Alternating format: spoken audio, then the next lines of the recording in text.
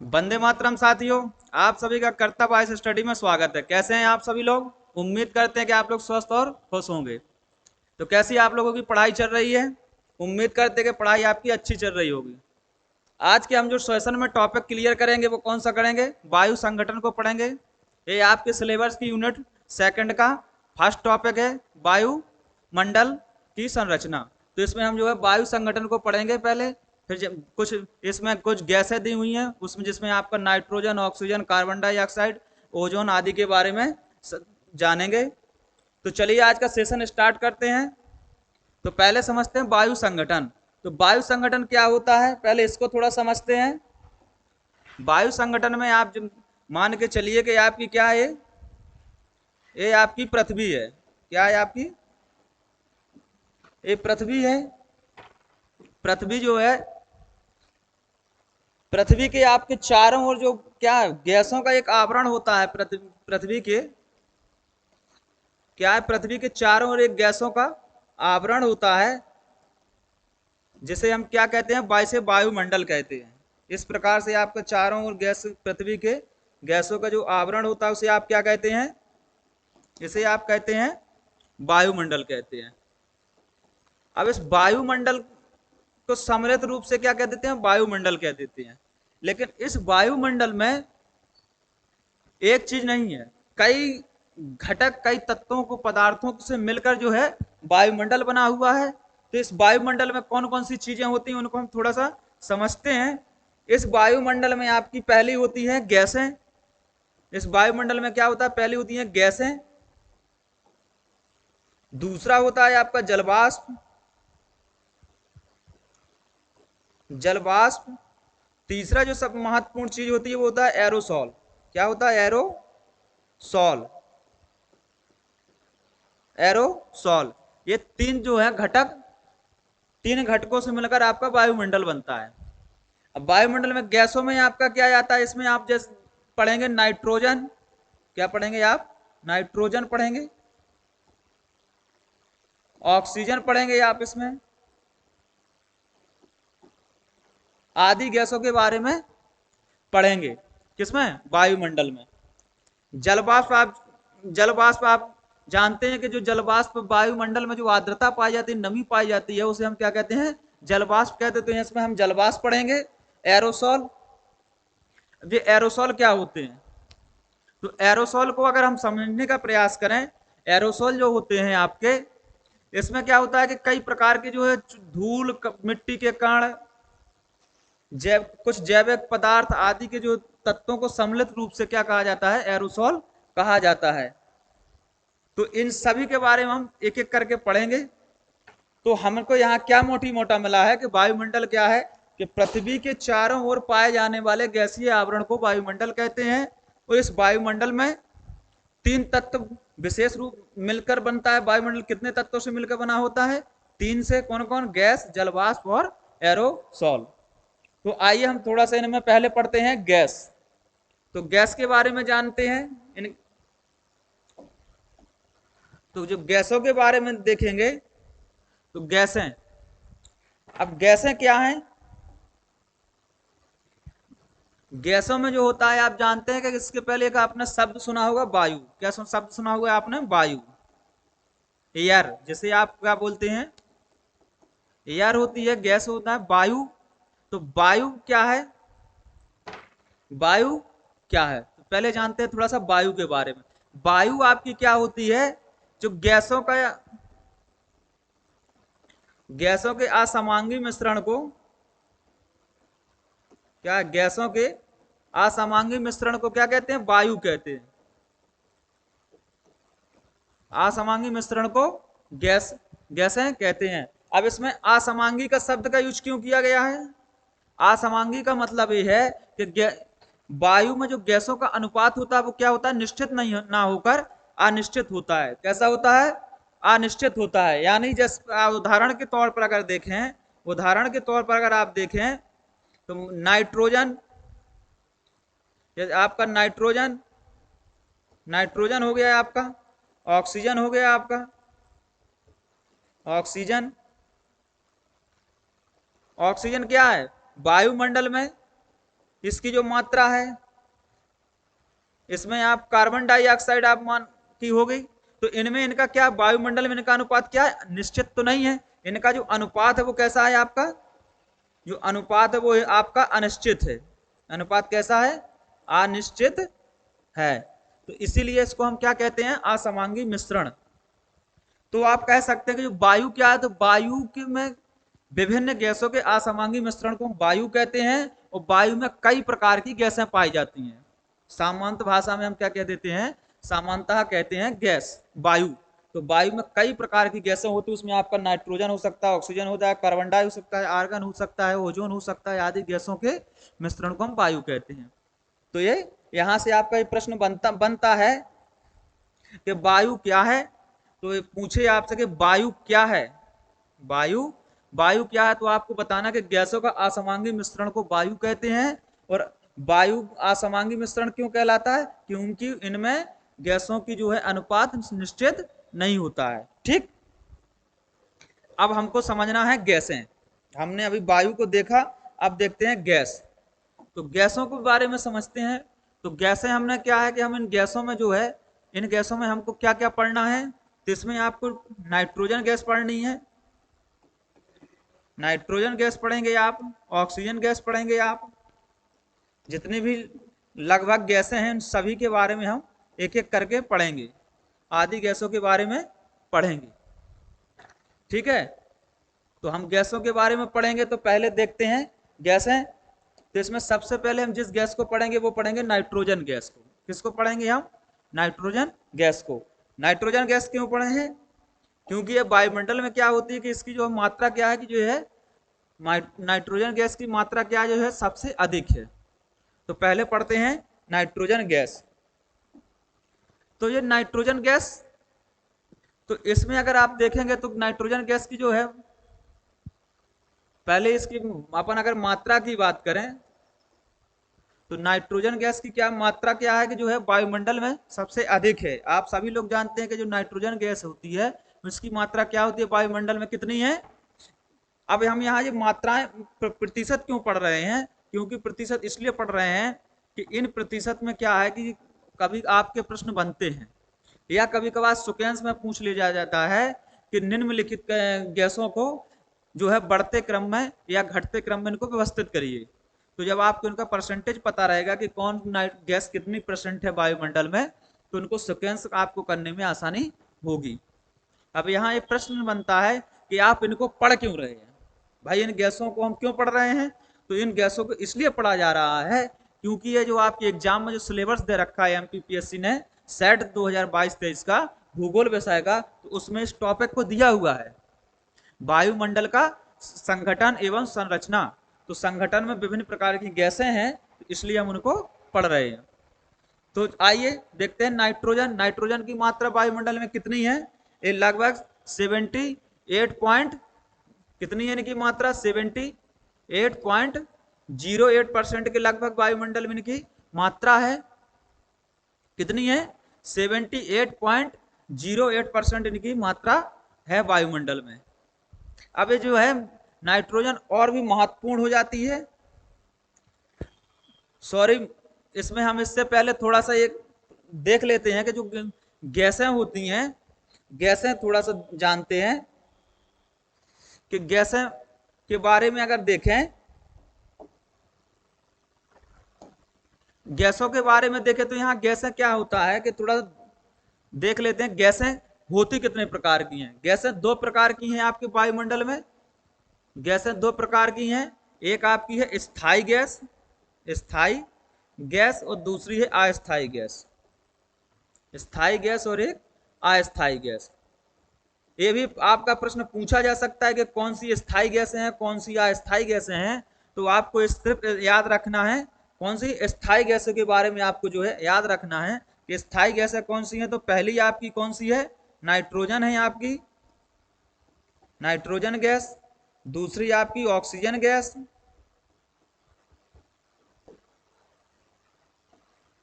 Oxygen gas. ये क्या है आपकी स्थायी गैसें हैं। कौन सी हैं आपकी, ये स्थायी गैसें। और तीसरी आपकी कौन सी है, आर्गन। ये क्या है, आर्गन। ये आपकी तीनों के तीनों क्या है, स्थायी गैसें हैं। और जितने शेष गैसें हैं वो सब की सब, शेष गैसें जो आपकी हैं वो सब की सब क्या है, अस्थायी है। शेष गैसें आपकी जो है अस्थायी गैसें हैं, जिसमें आप कह सकते हैं आप ओजोन, जल वाष्प, हीलियम, आदि जो गैसें आपकी हैं जो क्या है, सबकी सब अस्थायी गैसें हैं। चलिए अब पढ़ते हैं क्या, नाइट्रोजन गैस के बारे में जानते हैं। तो नाइट्रोजन गैस के बारे में देखते हैं। तो पहले इसकी क्या है मात्रा देखते हैं कि वायुमंडल में इसकी मात्रा कितनी है। तो मात्रा मात्रा कितनी है आपकी, 78.08% के लगभग जो है वायुमंडल में इसकी मात्रा है। अब ये जो मात्रा गैस है, ये इसका महत्व क्या है, वायुमंडल में इसका महत्व क्या है। तो ये क्या करती है, इसका जो महत्व है, महत्व ये क्या करती है कि जो ज्वलनशील जो पदार्थ होते हैं उसके जलने की, पदार्थों के जलने की क्रिया को नियंत्रित करते हैं। क्या करते हैं, ये पदार्थ की जो जलने की क्रिया को क्या करता है, नियंत्रित करता है। पदार्थ की क्रिया को जलने का, पदार्थ की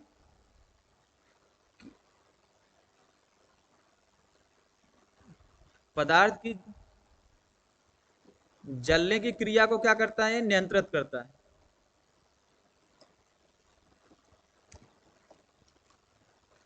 क्रिया को नियंत्रित करती है। इसका ये पहला हो गया। दूसरा क्या चीज है, नाइट्रोजन गैस का दूसरा महत्वपूर्ण है कि पहला तो इसकी हो गई मात्रा, दूसरे पदार्थों को जलने के लिए क्रिया को नियंत्रित करता है। अगर मान के चलिए ऑक्सीजन की उपस्थिति में क्या होते हैं, पदार्थ जलते हैं। अगर नाइट्रोजन गैस नहीं होगी तो पदार्थ जो है क्या बहुत तीव्र गति से जल जाएंगे। जैसे कि जब हम किसी वस्तु को या किसी को जलाते हैं, लकड़ी में आग में आदि में आग लगाते हैं, तो क्या होता है, वो लकड़ी धीरे धीरे जलती है। अगर उसी लकड़ी में अगर और नाइट्रोजन की उपस्थिति नहीं होगी उस समय वायुमंडल में, तो वो लकड़ी क्या है, बहुत ही कम समय में वो शीघ्रता से जल जाएगी। लकड़ी बहुत ही शीघ्रता से जल जाएगी। तो जो है पदार्थों को जलने में की कहा है, नियंत्रण में काम करती है नाइट्रोजन गैस। और ये इसका देख सब दूसरा महत्वपूर्ण कारण क्या है कि प्रोटीन के क्या निर्माण में, प्रोटीन के निर्माण में भाग लेती है। यानी ये जीवों के लिए बहुत अति महत्वपूर्ण गैस है। पहला तो क्या है कि ये दहन की क्रिया को या पदार्थों की जलने की क्रिया को नियंत्रित करती है। और दूसरा जीवों के लिए, जीवन जीने के लिए क्या प्रोटीन का निर्माण करती है। क्या करती है, ये जीवन को जीने के लिए प्रोटीन का निर्माण करती है। तो इस प्रकार से इस गैस के जो दो महत्वपूर्ण थे हमने पहले देख लिए, इसकी मात्रा, और दो महत्वपूर्ण इसके महत्व देख लिए।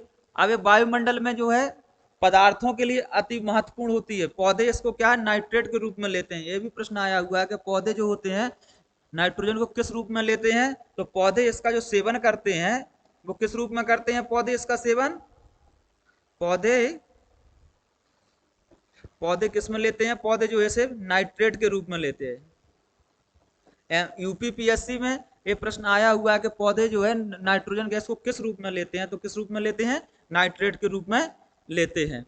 अब इसका जो चक्र होता है वो कैसे चलता है, नाइट्रोजन गैस का चक्र। तो नाइट्रोजन गैस जो वायुमंडल में अपने आप को संतुलित नियंत्रित करती है, तो ये नाइट्रोजन चक्र के द्वारा अपने आप को संतुलित करती है। ठीक है। अब जब हम इसके चक्र पढ़ेंगे, नाइट्रोजन चक्र, ऑक्सीजन चक्र, तो उसमें इसको डिस्कस करेंगे। अभी हमको सिर्फ थोड़ा सा गैसों के बारे में देखना है। तो महत्वपूर्ण नाइट्रोजन गैस थी। अब देखते हैं आप ऑक्सीजन गैस। ऑक्सीजन गैस जो है, आप जानते हैं कि ऑक्सीजन गैस को प्राण वायु या जीवनदायिनी गैस भी बोलते हैं। क्यों बोलते हैं, क्योंकि ये अगर वायुमंडल में ऑक्सीजन गैस नहीं होगी तो जीव जंतु जितने भी श्वसन क्रिया करते हैं या सांस लेते हैं, तो वो सारे के सारे क्या हो जाएंगे, नष्ट हो जाएंगे। क्योंकि मानव हो चाहे जितने भी जीव जंतु, उन सबको किसकी आवश्यकता पड़ती है, ऑक्सीजन गैस की आवश्यकता पड़ती है। तो ऑक्सीजन को इसीलिए जो है प्राणदायी वायु कहते हैं।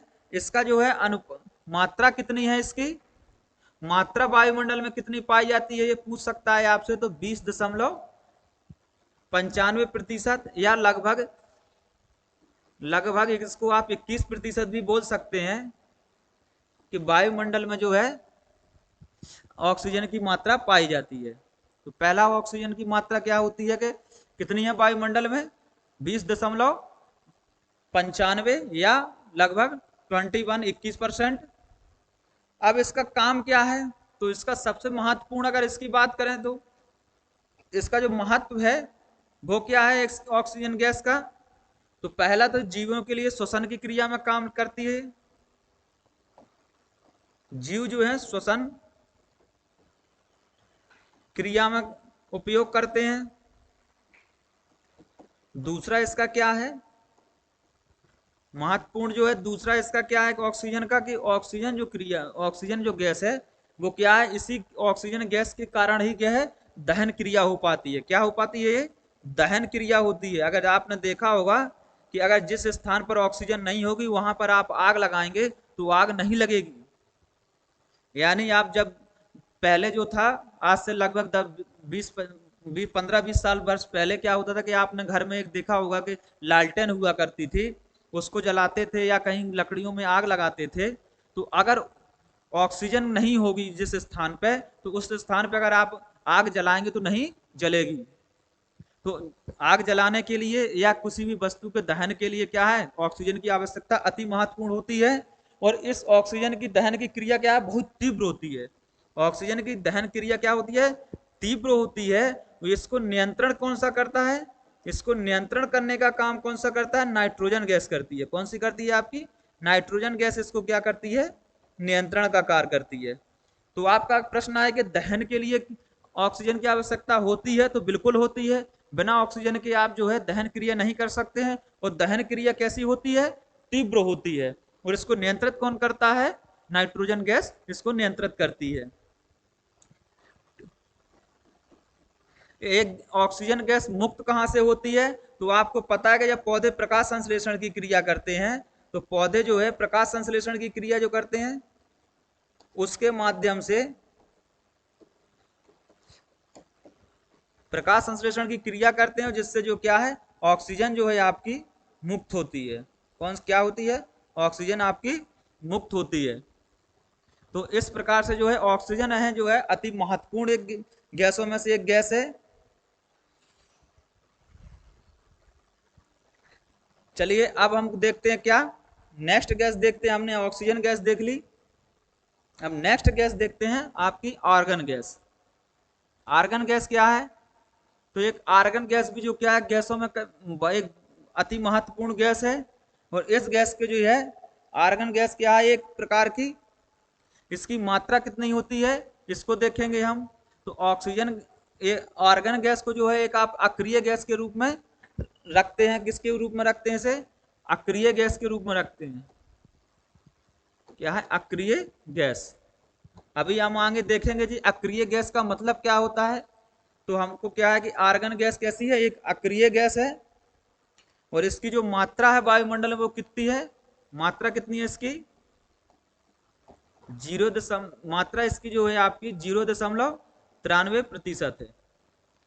इसको आपको याद रखना है कि इसकी मात्रा कितनी है वायुमंडल में, वो 0.93% है आर्गन गैस। और ये कैसी है, एक अक्रिय गैस है। और अक्रिय गैस के साथ साथ इसकी क्या है, ये भारी गैस होती है। थोड़ा क्या होती है, ये भारी गैस होती है जो वायुमंडल के निचले भाग में पाई जाती है। भारी भारी गैस है वो जो वायुमंडल के क्या निचले भाग में पाई जाती है। कहाँ पाई जाती है, वायुमंडल के निचले भाग में पाई जाती है। चलिए नेक्स्ट गैस को देखते हैं हम। कुछ अक्रिय गैसें हैं, वो कौन कौन सी आपकी अक्रिय गैसें हैं उनको देखते हैं। तो अक्रिय गैस का मतलब क्या होता है, पहले यहाँ थोड़ा सा ये समझ लेते हैं अक्रिय गैस का मतलब क्या होता है। तो अक्रिय गैस का थोड़ा सा मतलब समझते हैं पहले अपन। कोई अक्रिय गैस है, अक्रिय गैस जो है इसका अर्थ क्या होता है कि वे सभी गैसें जो आवर्त सारणी की क्या है, वे सभी गैसें जो आवर्त सारणी की क्या है, आवर्त आवर्त सारणी की क्या है कि जीरो जो शून्य में हो, में रखी होती हैं उन सभी गैसों को हम क्या कहते हैं? अक्रिय गैस कहते हैं।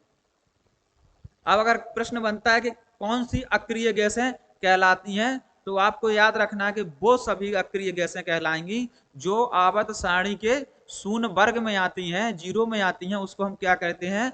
अक्रिय गैस कहते हैं। क्या कहते हैं? उन्हें अक्रिय गैस कहते हैं। अब अक्रिय गैसें कौन कौन सी हैं? अक्रिय गैसों में आपका अक्रिय गैसें देखते हैं, तो अक्रिय गैस में जो आपकी हैं, पहले कौन सी हो जाएगी आपकी? हीलियम हो जाएगी। हीलियम है आपकी, आर्गन है आपकी, जेनॉन है आपकी,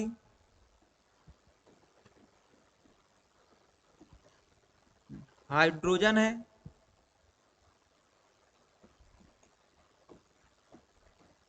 हीलियम, आर्गन, जेनॉन, हाइड्रोजन।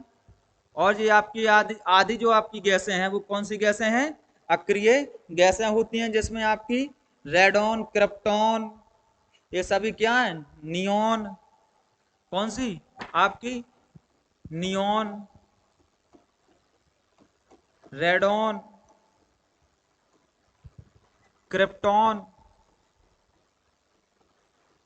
ये क्रिप्टॉन ये क्या है आपकी? आदि ये सभी क्या है? एक अक्रिय गैसें हैं। कौन कौन सी आपकी अक्रिय गैस हैं? हीलियम है, हाइड्रोजन है, आर्गन है, जेनॉन है, क्रिप्टॉन है, रेडॉन है, नियॉन है। ये सभी की सभी क्या है? आपकी अक्रिय गैसें हैं।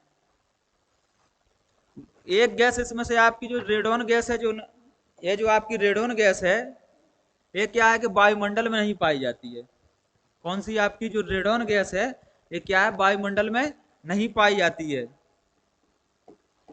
रेडॉन जो आपकी गैस है, ये वायुमंडल में नहीं पाई जाती है। तो ये भी कई बार प्रश्न पूछा गया है, और ये आ सकता है कि कौन सी गैस वायुमंडल में नहीं पाई जाती है। तो आपको याद रखना है कि रेडॉन गैस वायुमंडल में नहीं पाई जाती है।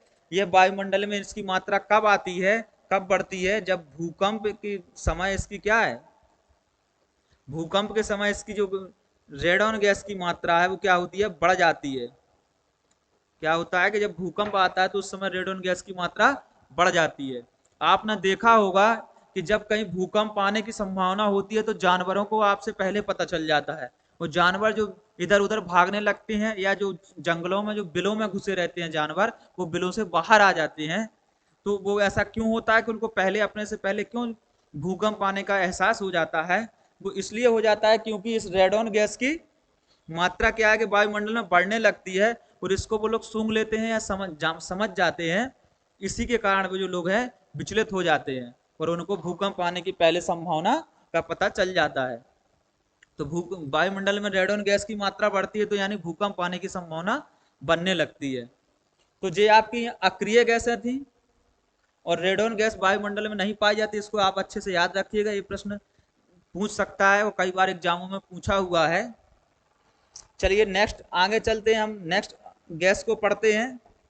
नेक्स्ट गैस है आपकी कार्बन डाइऑक्साइड। तो आपको पता है कि कार्बन डाइऑक्साइड गैस जो है वायुमंडल में अनिश्चित अवस्था में पाई जाती है, और इसकी जो है मात्रा लगातार बढ़ती चली जा रही है। और इस गैस को दूसरे नाम से भी जानते हैं, जिसको आप क्या कहते हैं? इस गैस को आप क्या कहते हैं? ऊष्मीय या ग्लोबल वार्मिंग के लिए उत्तरदायी गैस मानते हैं। किसे? कार्बन डाइऑक्साइड को।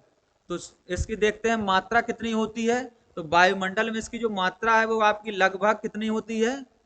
मात्रा लगभग 0.03% के आसपास जो है, 0.03% के आसपास वायुमंडल में इसकी मात्रा पाई जाती है। और ये जो कार्बन डाइऑक्साइड गैस होती है, इसका अनुपात क्या होता है कि निश्चित नहीं होता है। और ये जो है वायुमंडल में पहुंचती कैसे है वायुमंडल में? तो कार्बन डाइऑक्साइड को अगर कि आप दूसरे नाम से जाने तो इसे क्या कहते हैं?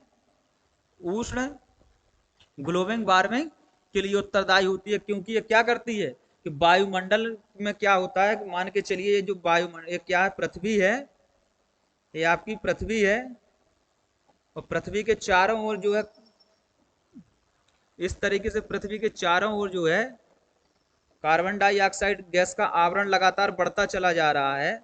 क्या हो रहा है? कार्बन डाइऑक्साइड गैस का अनुपात क्या है? बढ़ता चला जा रहा है। ये आपकी CO2 है। तो यहाँ जो आपका सूर्य है, ये क्या है? आपका सन है। सन से जो, सूर्य से जो आने वाली प्रकाश की किरणें हैं जो पृथ्वी तक तो इसको आने देती हैं, क्या है? पृथ्वी तक आराम से आने देती हैं। और जब ये गैसें क्या परावर्तित होकर दीर्घ पार्थो विकिरण के रूप में जब वापस जाती हैं, दीर्घ लघु तरंग के रूप में जब वापस जाती हैं, तो ये क्या है? वायुमंडल इस गैस के द्वारा क्या है? इनका अवशोषण कर लिया जाता है। अवशोषण कर लिया जाता है। और तापमान में अवशोषण होता है तो क्या होता है? तापमान में वृद्धि होती है। तापमान में ये वृद्धि कर देती हैं। इसीलिए कार्बन डाइऑक्साइड को क्या माना गया है? एक ग्लोबल वार्मिंग या उष्ण वैश्विक उष्ण गैस के रूप में जाना जाता है। इसके इसको नियंत्रण करने के लिए क्योटो प्रोटोकॉल का जो है अंतरराष्ट्रीय स्तर पर इस गैस को नियंत्रित करने के लिए क्या अंतरराष्ट्रीय स्तर पर इसका पहली बार प्रयास कब किया गया था? तो किया गया था क्योटो प्रोटोकॉल 1997 में एक समझौता हुआ था। तो ये भी प्रश्न आया हुआ है। तो CO2 को नियंत्रित करने के लिए वैश्विक नियंत्रण जो है वैश्विक स्तर पर कब हुआ था? विश्व स्तर पर तो हुआ था क्योटो प्रोटोकॉल में। कब हुआ था ये आपका? क्योटो प्रोटोकॉल में हुआ था। क्योटो प्रोटोकॉल में क्योटो प्रोटोकॉल में कब? 1997। और हाल ही में कब हुआ था? पेरिस समझौता इसमें के लिए उत्तरदायी है। पेरिस समझौता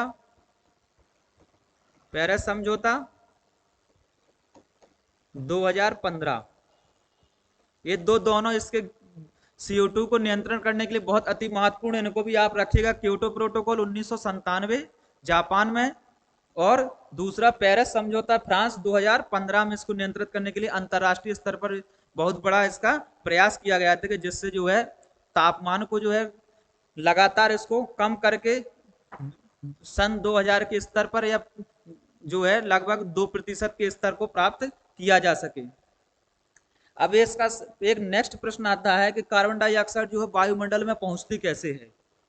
तो वायुमंडल में जब कार्बन डाइऑक्साइड कैसे पहुंचती है तो उसके बारे में जानते हैं। तो वायुमंडल में कार्बन डाइऑक्साइड जो पहुंचती है वो कैसे पहुंचती है? वायुमंडल में पहुंचती है, क्या होता है कि जो है पौधों या वनस्पतियों के दहन से, दूसरा जीव जंतुओं के श्वसन से, जीव जंतुओं के श्वसन से जो है वायुमंडल में इसकी मात्रा लगातार बढ़ती चली जा रही है। इससे कई प्रकार के जो है तापमान में जब वृद्धि हो रही है तो लगातार कई जो है हानिकारक जो है पर्यावरणीय घटनाएं घटित हो रही हैं। उनको जब हम पर्यावरण को पढ़ेंगे तो उसमें देखेंगे कि कैसे ये चीजें बढ़ रही हैं।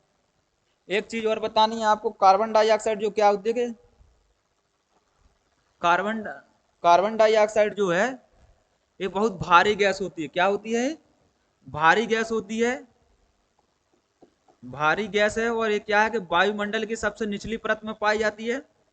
ये भी प्रश्न बन सकता है और इसलिए आपको थोड़ा सा याद रखना है कि क्या है कि भारी गैस होती है वायुमंडल के निचले भाग में पाई जाती है। क्या होता है? निचले भाग में सबसे नीचे यही कौन सी गैस पाई जाती है? तो जो पाई जाती है वायुमंडलीय कि वायुमंडल के सबसे निचले भाग में जो है कार्बन डाइऑक्साइड गैस पाई जाती है।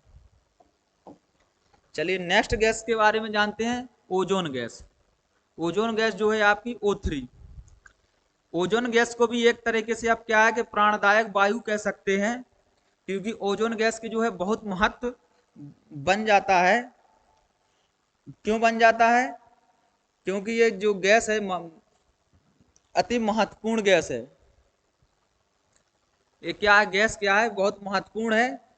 क्यों बन जाती है? क्योंकि ये जो होता है, आप मान के चलिए ये आप पृथ्वी है, क्या है ये आपकी पृथ्वी है, और ये आपका सूर्य है।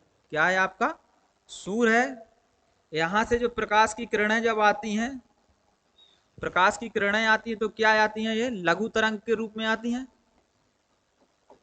और इसमें जो तरंग में होता है कौन सी गैस होती है, पराबैंगनी जो तरंगें होती हैं, कौन सी, पराबैंगनी जो तरंगें होती हैं, जो हानिकारक तरंगें होती कह सकते हैं आप, ये हानिकारक जो तरंगें होती हैं, इन गैसों को सोखने का काम कौन करता है, हानिकारक गैसों को का अवशोषण कौन करता है, तो इसको अवशोषण करने का काम करता है आपका ओजोन गैस।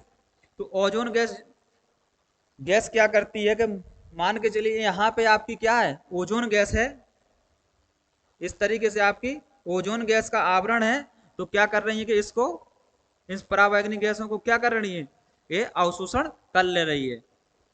क्योंकि ये हानिकारक गैसें इसलिए पराबैंगनी होती हैं, इनसे कई प्रकार के त्वचा संबंधित के रोग हो सकते हैं, जिसमें चर्म रोग या कैंसर जैसे घातक रोग आदि हो सकते हैं, और इस सबको रोकने का काम कौन करती है, ओजोन गैस करती है। तो इस दृष्टि से इसे भी आप कह सकते हैं कि एक तरीके से ये भी अप्रत्यक्ष रूप से जीवनदायिनी गैस है।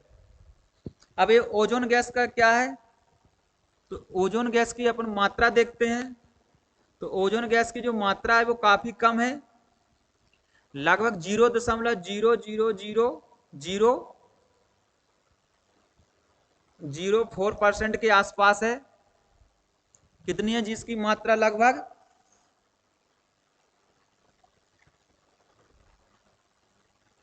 इसकी 0.00004% जो है वायुमंडल में इसकी गैस की मात्रा पाई जाती है। अब ओजोन गैस पाई कहां जाती है, तो ओजोन गैस जो है आपकी, ओजोन गैस का रंग कैसा होता है, तो ओजोन गैस का रंग जो होता है, ओजोन गैस का अगर आप रंग देखें तो रंग जो होता है वो नीला होता है। और इसका स्वाद कैसा होता है, रंग नीला होता है, वो जो स्वाद है इसका, स्वाद स्वाद जो होता है ये क्या है, स्वादहीन होती है। कैसी होती है, इसका रंग कैसा होता है ओजोन गैस का, ओजोन गैस का रंग नीला होता है, और जो स्वाद होता है वो तीखी गंध वाली होती है। कैसी होती है, तीखी गंध वाली होती है। स्वाद जो होता है इसका तीखा होता है, तीखा गंध वाली होती है। अब प्रश्न आता है कि ओजोन गैस पाई कहां जाती है, तो ओजोन गैस जो है समताप मंडल, आप जब आगे पढ़ेंगे, हम जो वायुमंडल के जो है संरचना को पढ़ेंगे तो उसमें देखेंगे समताप मंडल एक आता है। यानी अगर इस तरीके से आप आसान समझें तो ये लगभग लगभग 10 से 20 किलोमीटर, लगभग 20 किलोमीटर के आसपास जो है इसकी सघनता सबसे अधिक होती है। कहाँ होती है, समताप मंडल में होती है। कहाँ होती है, समताप मंडल में। किसमें, समताप मंडल में। तो ये प्रश्न बनता है आपका कि ओजोन गैस कहाँ पाई जाती है, तो कहाँ पाई जाती है, समताप मंडल में पाई जाती है। और इसका रंग कैसा होता है, नीला होता है। और इसका स्वाद कैसा होता है, तो स्वाद जो इसका है वो क्या है आपका, तीखा होता है। और ये पाई कहाँ जाती है, तो समताप मंडल में पाई जाती है। और इसकी लगभग अगर इससे 10 से 20 15-20 किलोमीटर के पास क्या होता है, सघनता इसकी अधिक होती है, सघनता अधिक होती है। और अगर पूर्णतः पाई जाती है 5 किलोमीटर से लगभग 50 किलोमीटर के आसपास जो है समताप मंडल में ओजोन गैस पाई जाती है। अब ओजोन गैस के लिए जो क्या है, कुछ इसके लिए अंतर्राष्ट्रीय स्तर पर क्या है, कुछ प्रयास किए गए थे ओजोन गैस के लिए। तो अंतर्राष्ट्रीय स्तर पर जो इसका इस गैस के लिए पहला प्रयास किया गया था, ओजोन गैस के संरक्षण के लिए, ओजोन गैस को सबसे अधिक हानि किससे होती है, तो आपने नाम सुना होगा CFC, यानी कार्बन क्लोरोफ्लोरो। CFC से इसको क्या सबसे अधिक हानि होती है, हानि किस सबसे अधिक किससे होती है, CFC से होती है। इसको सल्फर डाइऑक्साइड आदि से इसको होती है, अत्यंत हानि पहुंचती है। तो जब अत्यंत हानि पहुंचती है तो इसके कुछ संरक्षण के लिए कुछ उपाय किए गए। तो ओजोन के संरक्षण के लिए सर्वप्रथम उपाय कब किया गया था, ओजोन के संरक्षण के लिए अंतरराष्ट्रीय स्तर पर कब प्रयास किया गया था, अंतरराष्ट्रीय प्रयास किया गया था कब, मॉन्ट्रियल प्रोटोकॉल। कब हुआ था ये मॉन्ट्रियल प्रोटोकॉल? Montreal protocol 1987। इसको आपको याद रखना है कि ओजोन परत के संरक्षण के लिए प्रयास सर्वप्रथम कब किया गया था? तो मॉन्ट्रियल प्रोटोकॉल 1987। कब? 1987 आपको याद रखना है। और इसके लिए जो है इसी दिन एक चीज और निर्धारित की थी, वो आप कई बार प्रश्नों में पूछा गया है कि ओजोन संरक्षण दिवस कब मनाया जाता है। तो ओजोन संरक्षण दिवस जो आपका है दिवस, वो कब मनाया जाता है आपका? ये भी कई बार प्रश्न पूछा गया, तो इसमें आपका प्रश्न आंसर है कि 16 सितंबर। तो ये सारे के सारे प्रश्न बनने की पूर्णतः संभावना है। तो इन सभी को आपको थोड़ा सा याद रखना है कि ओजोन संरक्षण दिवस कब मनाया जाता है? तो 16 सितंबर को मनाया जाता है। इसके ओजोन परत के संरक्षण के लिए सर्वप्रथम प्रयास अंतरराष्ट्रीय स्तर पर कब किया गया था? तो मॉन्ट्रियल प्रोटोकॉल 1987। ठीक है, इनको आपको जो है ध्यान रखना है। एक आपका ओजोन छिद्र की बात आती है, यहाँ एक चीज को आप पढ़ते हैं, ओजोन छिद्र। तो ओजोन जो छिद्र है ये क्या है? ओजोन छिद्र यानी जो ओजोन गैस में अगर परत में जो मोटाई में कमी आती है उसे हम क्या कहते हैं? ओजोन छिद्र कहते हैं। ओजोन छिद्र क्या है, कब खोजा गया था? तो 1984 में खोजा गया था। कहां पर? अंटार्कटिक के ऊपर। कहां? अंटार्कटिक के ऊपर। तो ओजोन छिद्र 1984 में कहां पर? अंटार्कटिका के ऊपर। अंटार्कटिका के ऊपर जो है पहली बार जो ओजोन छिद्र खोजा गया था। तो ये भी सवाल आया हुआ है कि ओजोन छिद्र कब खोजा गया था? तो 1984 आपको याद रखना है। कब? 1984। कहां पर? अंटार्कटिका के ऊपर। ये भी प्रश्न बन सकता है कि ओजोन छिद्र की खोज किसने की थी? तो 3 वैज्ञानिक थे, उनने खोज की थी, फोरमैन, गार्डिनर और जे संकलिन महोदय ने इसकी खोज की थी। अब आता है प्रश्न कि ओजोन परत को नापते किससे हैं? ओजोन परत की जो मोटाई होती है उसे किससे नापते हैं? तो एक डॉप्सन इकाई जो है, डॉप्सन के नाम से इसको मापन किया जाता है। O3 का जो मापन है वो किससे होता है मापन? तो वो होता है डॉप्सन से। डॉप्सन से इसका मापन किया जाता है। चलिए, ओजोन से हमने लगभग सारे ओजोन को पढ़ लिया। नेक्स्ट गैस को पढ़ते हैं। अब देखते हैं जलवाष्प। किसे? जलवाष्प को। तो जलवाष्प क्या है आपकी? जलवाष्प के बारे में थोड़ा सा समझते हैं। तो जलवाष्प को अगर सामान्य भाषा में समझें कि जलवाष्प होता क्या है, जलवाष्प है क्या, तो जलवाष्प को समझते हैं। तो जलवाष्प आपका जो है सामान्यतः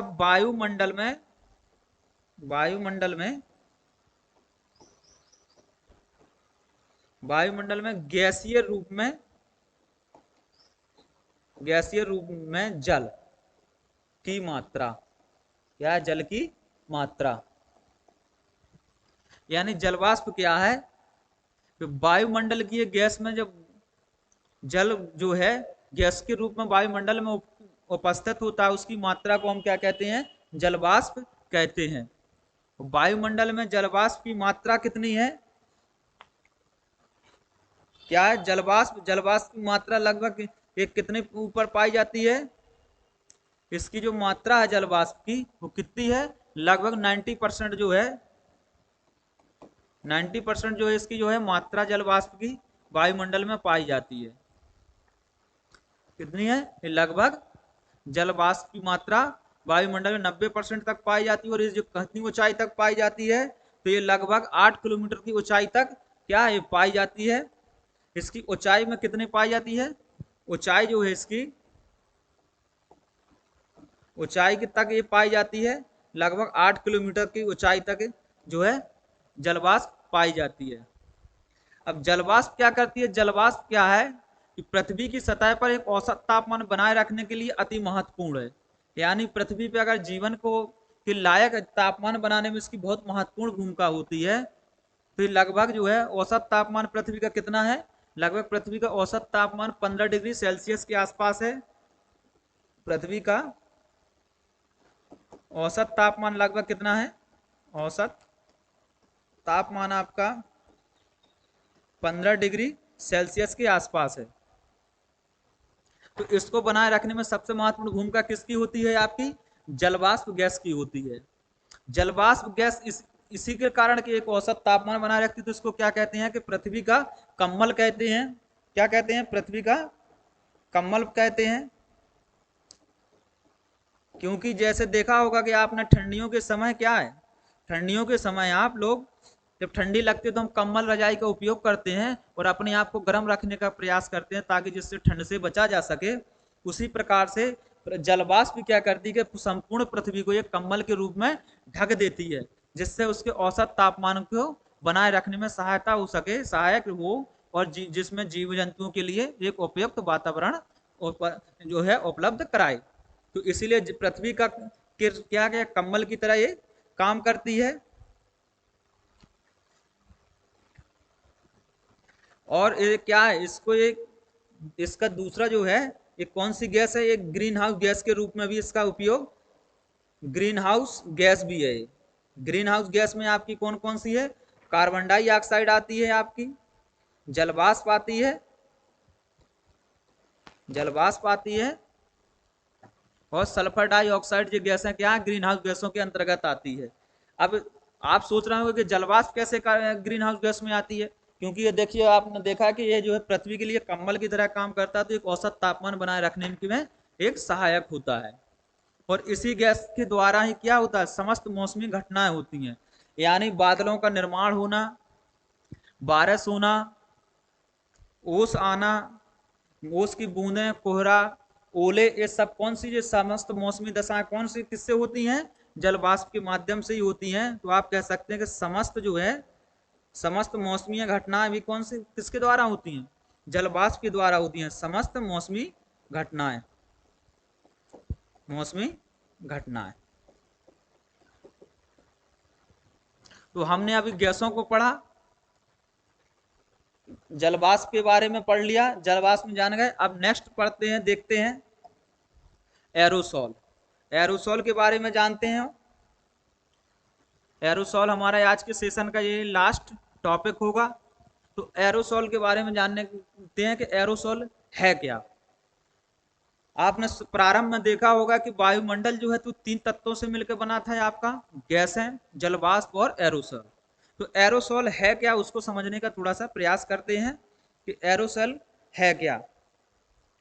तो एरोसॉल एक वायुमंडल निलंबित कणीय पदार्थ है, इसमें धूल, कण, राख, नमक, जैविक पदार्थ पाए जाते हैं। तो एरोसॉल क्या है, एरोसॉल को अगर आप समझें तो ये वायुमंडल में पाया जाने वाला, वायुमंडल में क्या है, वायुमंडल में पाया जाने वाला क्या, निलंबित कणीय पदार्थ है, निलंबित कणीय कणीय पदार्थ है। अब ये कणीय पदार्थ क्या है, इसमें एरोसोल में आपने देखा होगा वायुमंडल में क्या पाया जाता है, धूल कण पाए जाते हैं, धूल कण, राख, राख हो गया आपका, नमक हो गया, जैविक पदार्थ हो गए, जैविक पदार्थ। इन सभी सम्मिलित रूपों को जो है एरोसॉल कहा जाता है। वो इन्हीं एरोसॉल पे ही जल की बूंदें, जलवाष्प जो है बैठती है, संघनित होती है, यानी गैस के रूप से बूंदों के रूप में परिवर्तित होता है, और बादलों का निर्माण होता है, और बादलों से क्या होती है, वर्षा होती है। तो किसके माध्यम से होती है, एरोसॉल के माध्यम से ही होती है। क्योंकि आपने देखा होगा कि जब वर्षा होती है तो वायुमंडल में एकदम साफ स्वच्छ हो जाता है। वो क्यों हो जाता है, क्योंकि ये जो एरोसॉल के जो धूल, कण, राख, नमक, जैविक पदार्थ आदि जो है वर्षा की बूंदों के साथ क्या नीचे जमीन में आके बैठ जाते हैं, तो जो है मौसम जो है, बादल जो है एकदम साफ हो जाता है। तो एरोसॉल के बारे में जानेंगे कि वायुमंडलीय निलंबित कणीय पदार्थ हैं। ये कणीय पदार्थ में क्या क्या हो सकता है, धूल, कण, राख, नमक, जैविक आदि पदार्थों से सम्मिलित रूप से मिले पदार्थ को क्या कहते हैं, हम एरोसॉल कहते हैं, एरोसोल जो के माध्यम से, ये क्या है, एरोसोल के माध्यम से ही बादलों का निर्माण होता है और वर्षा होती है। अब जो एरोसोल वायुमंडल में आ कहां से जाते हैं, वायुमंडल में कहां से पहुंचते हैं, तो वायुमंडल में ये जहां से पहुंचते हैं, तो पहला तो आपने देखा होगा कुछ उल्का पिंड होते हैं, जो क्षुद्र ग्रह जिन्हें आप के नाम से जानते हैं। तो ये उल्का पिंड हो गया, उल्का पिंड के माध्यम से आ सकते हैं। उल्का पिंड हो गए आपके, भूका ज्वालामुखी हो गया आपका, उल्का पिंड हो गया, ज्वालामुखी आदि के, धूल आंधी आदि के माध्यम से क्या, आंधी या तूफान, तूफान आदि के माध्यम से जो है वायुमंडल में ये एरोसोल सम्मिलित हो जाते हैं और वर्षाएं आदि के में सहायक सिद्ध होते हैं। एरोसोल में इसका एक चीज और होता है, आपने सुना होगा स्मोक फॉग, जो स्मोक का निर्माण होता है, स्मोक, स्मोक क्या होता है कि जब जैसी धूल कणों पर क्या है बैठ जाता है, जल बैठ जाता है, तो आपने देखा होगा कि ठंडी में या शीत ऋतु में स्मोक या एक धुंध सा चेहरा छा जाता है, तो वो जो है एरोसोल के कारण ही होता है। तो क्या होता है, एरोसोल के कारण ही जो है धूल आदि कणों का निर्माण होता है। तो हमने यहाँ पे दोस्तों वायुमंडल के संगठन की संरचना को पढ़ा। इसमें हमने क्या देखा था कि वायुमंडल में जो होती है क्या, तीन चीजें होती हैं। जैसे आप देखें, वायुमंडल में हमने देखा था कि वायुमंडल में तीन चीजें आती हैं। कौन कौन सी आती हैं, हमने पढ़ा था गैस, जलवाष्प और एरोसेल। हमने यहाँ तीनों चीजों को कंप्लीट कर लिया है। अब नेक्स्ट हम जो सेशन में पढ़ेंगे वो पढ़ेंगे वायुमंडल की संरचना, जिसमें आपको क्षैतिज या अक्षांशों के आधार पर पढ़ेंगे, जिसमें आप समताप, क्षोभ मंडल, समताप मंडल, मध्य मंडल, आयन मंडल और बाह्य मंडल के बारे में आदि के बारे में जानेंगे। तो चलिए दोस्तों, तब तक मिलते हैं नेक्स्ट सेशन में। तब तक के लिए धन्यवाद। जय हिंद, वंदे मातरम।